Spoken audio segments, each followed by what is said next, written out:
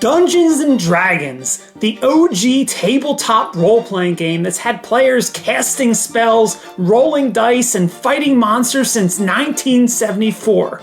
And ever since, its system and fantasy setting has inspired a slew of tabletop imitators, video game RPGs, trading card games, and countless fantasy-themed novels.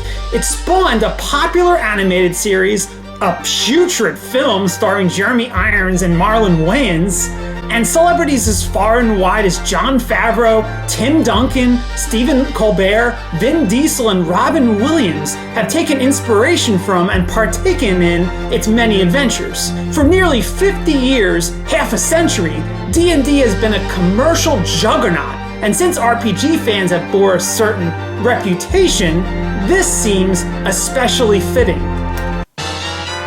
That's right, it's D&D-themed Nerds, of the edible variety.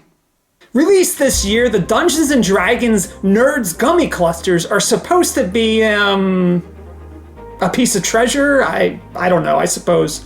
At least that's what I gather from the packaging. That's in theory anyway. In practice, they're a clump of nerd candies. I don't know, if you saw these things independent of the packaging, you'd never guess they tied into the most popular RPG of all time, but that's a tertiary concern. If you recall my previous video on Cosmic Brownie's cereal, I said that what's on the outside doesn't matter, unless what's on the inside tastes like stale chocolate-covered cardboard. The crucial bit is the taste, and in that respect, they roll a critical hit. You've got a crunchy layer of nerds on the outside, with a sweet gummy on the inside, and the different textures work wonders. Even though the aesthetics of these things don't really cry out Dungeons and Dragons, a good candy should pass the blind taste test.